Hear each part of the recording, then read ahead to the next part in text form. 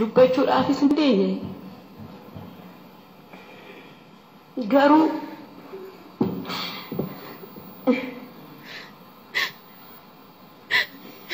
warri acee konarraa fudhatan warri goota konarraa fudhatan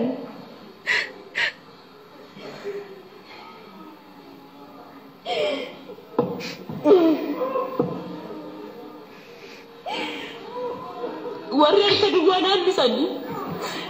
warri ijoollee isaa abbaa malee akka guddatan godhani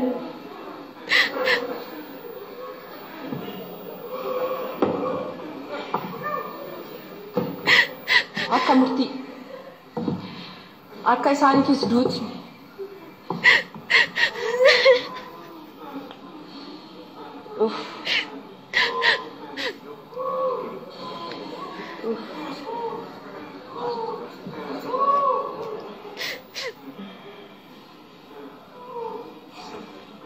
akka du'an